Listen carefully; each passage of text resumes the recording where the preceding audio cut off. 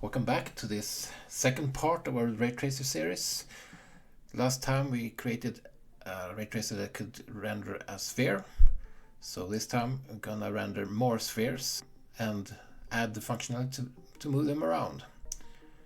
The sphere we created last time can only render spheres that are placed in a rego with a radius of 1.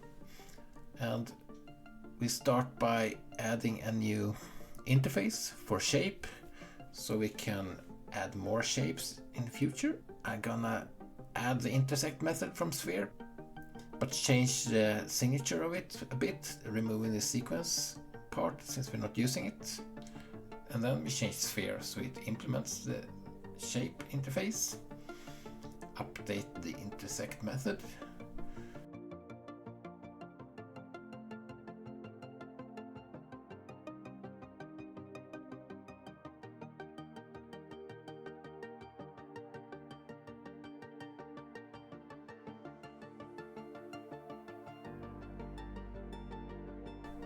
And also we update how we use it. Since it's not a sequence anymore, we only get one answer back here.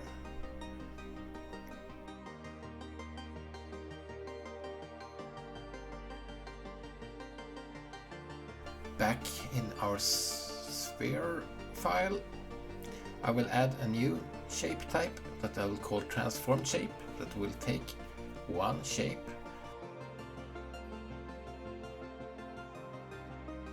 and one transformation matrix. Matrix is a class that we have not created yet, so let's do that.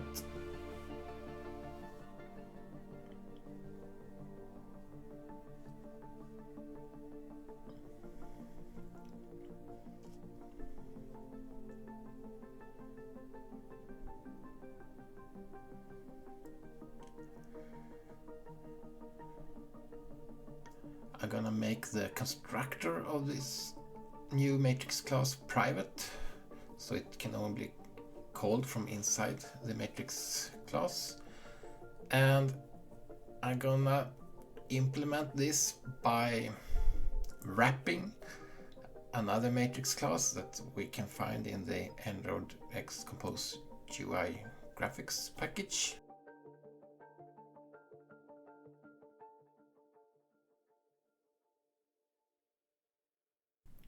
Back in our shape, we're gonna implement the shape interface and add the intersect method.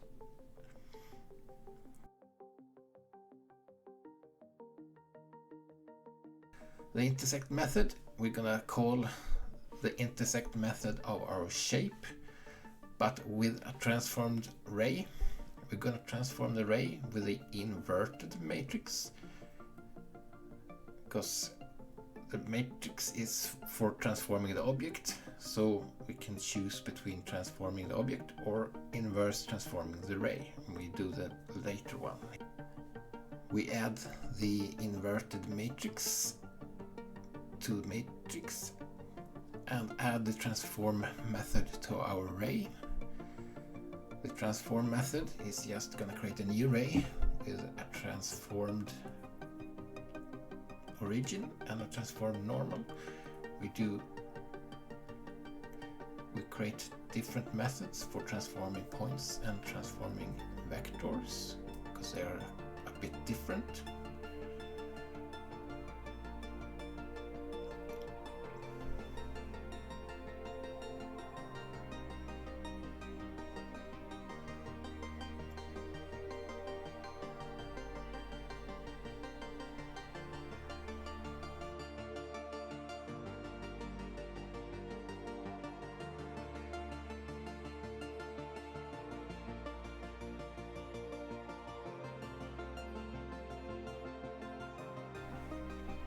And now we can start implementing the matrix class. We start by the inverted. Since this is not always called, we make it lazy. And we create this Android X Compose matrix. And we take the matrix that is our wrapped matrix,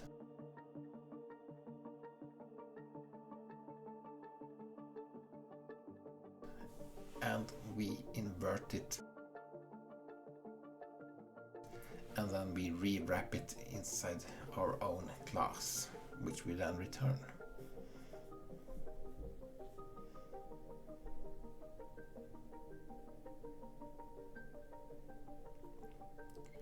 I'm gonna fix the imports.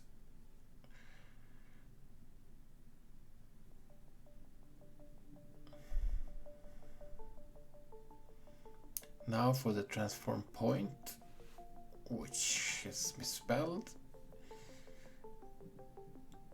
and we create a new vector, and each part of the vector we do a matrix multiplication on.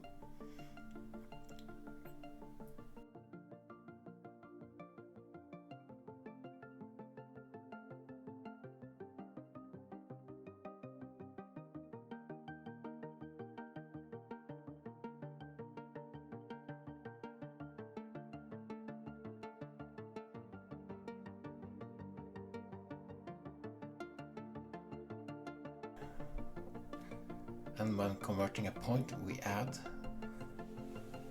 the last column to each vector path part.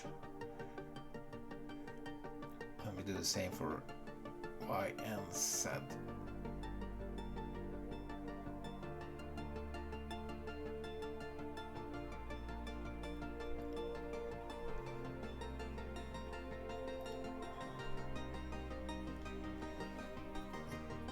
And the implementation for transforming a vector is the same as the one for transforming a point, except we don't add the last column.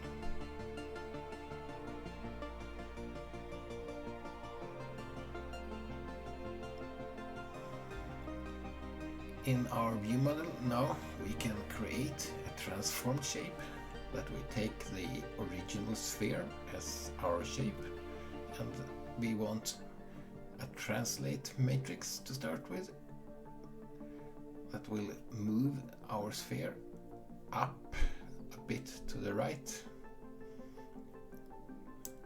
and we create this translation method as a companion function.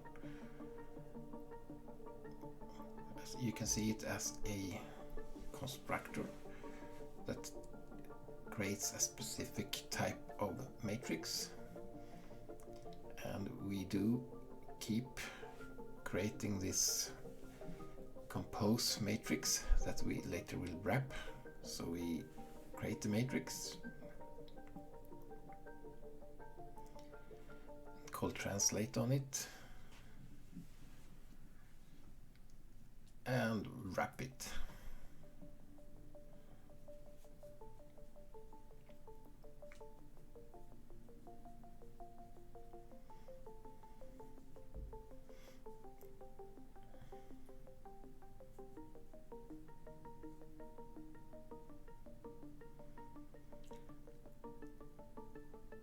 And when we now run the program,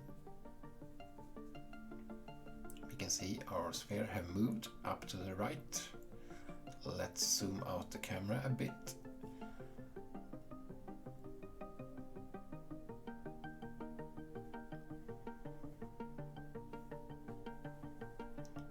And there we have our sphere.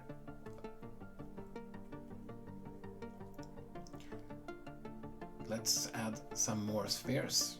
So instead of one sphere, we create a list of shapes. Let's create a grid of 3 times 3 spheres. And the middle one will be our original sphere.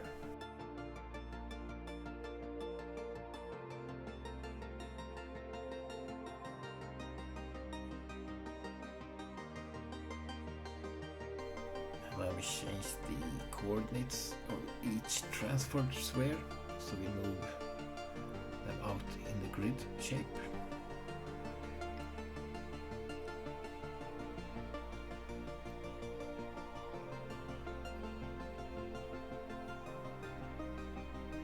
And yeah, we have to actually also take care of us now using a list of shapes instead of just one. So we take each shape and do intersect on it, and then we check which is closest, and let's filter out all the misses first.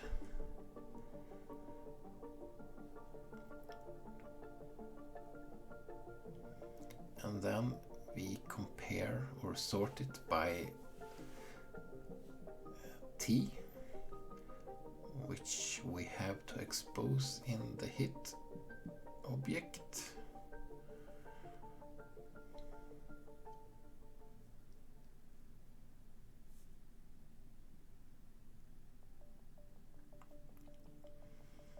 We add it here.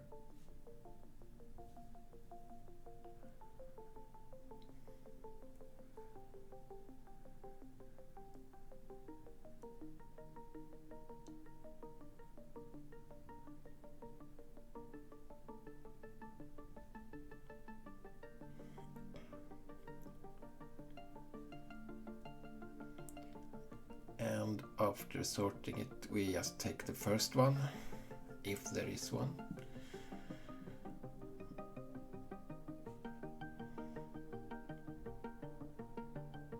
And now we can run it and see our grid of spheres. Let's clean it up.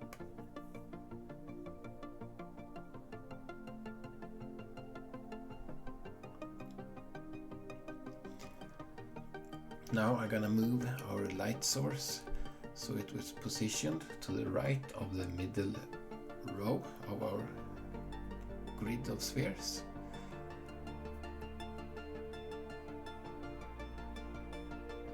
And when we look at them, we can see that the shading is the same on all spheres, which we don't expect if the light is placed in the middle.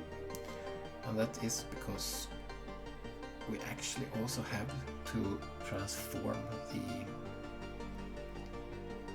hit point and the normal of the object back into the camera space, or the world space, if we call it that. So let's check if we have a miss for our transformed shape. We just return the miss, and if we have a hit,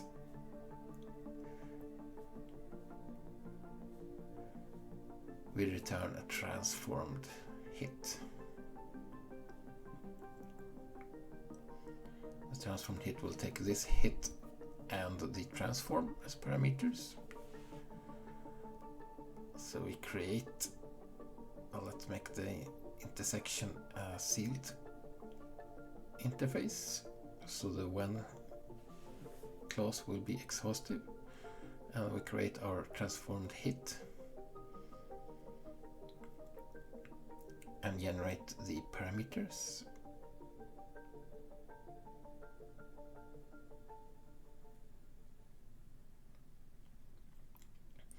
We make it extend hit and implement the members. T is just the same as on the original hit.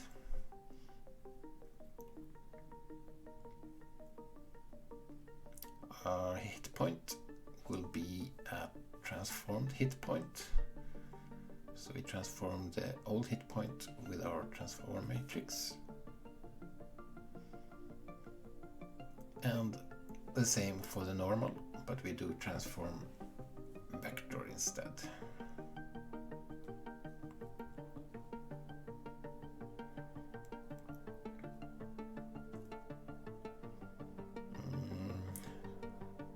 turn.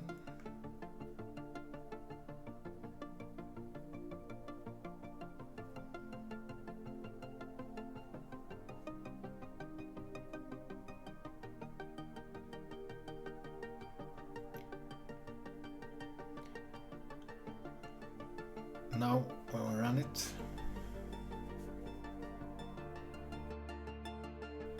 and now we can see the shading as if the light source were placed on the middle row. Next, I want to add another transform, the scale transform. So if we were to have a scale of 0.5, that is half the size of the sphere, or the radius of the sphere. So we do a scale factor.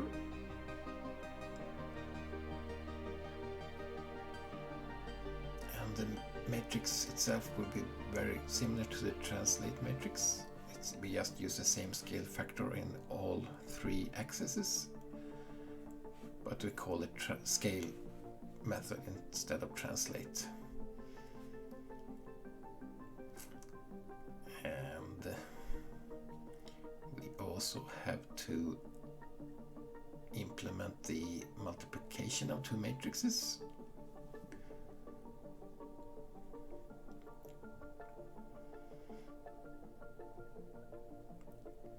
And as usual, we take the compose matrix for calculation. So we create a matrix and set it to our wrapped values.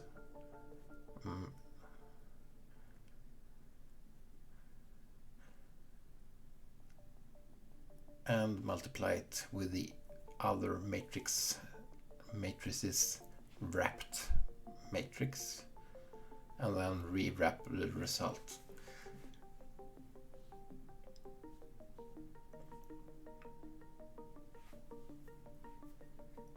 Also gonna make the matrix private so no one can access it from the outside.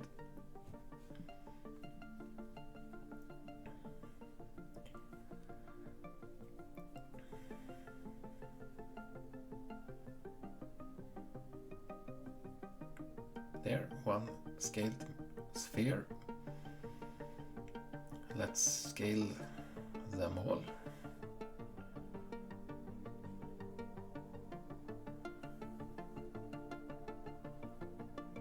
Yes, let's just make them go from small to larger.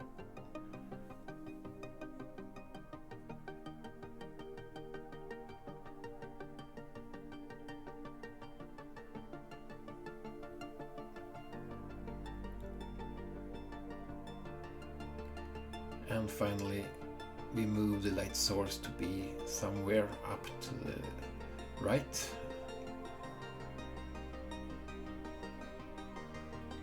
And here we have different sizes, but there's still some difference in shading because we have different sizes.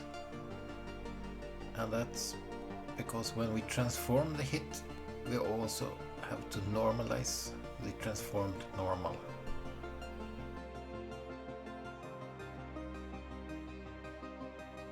There we have it.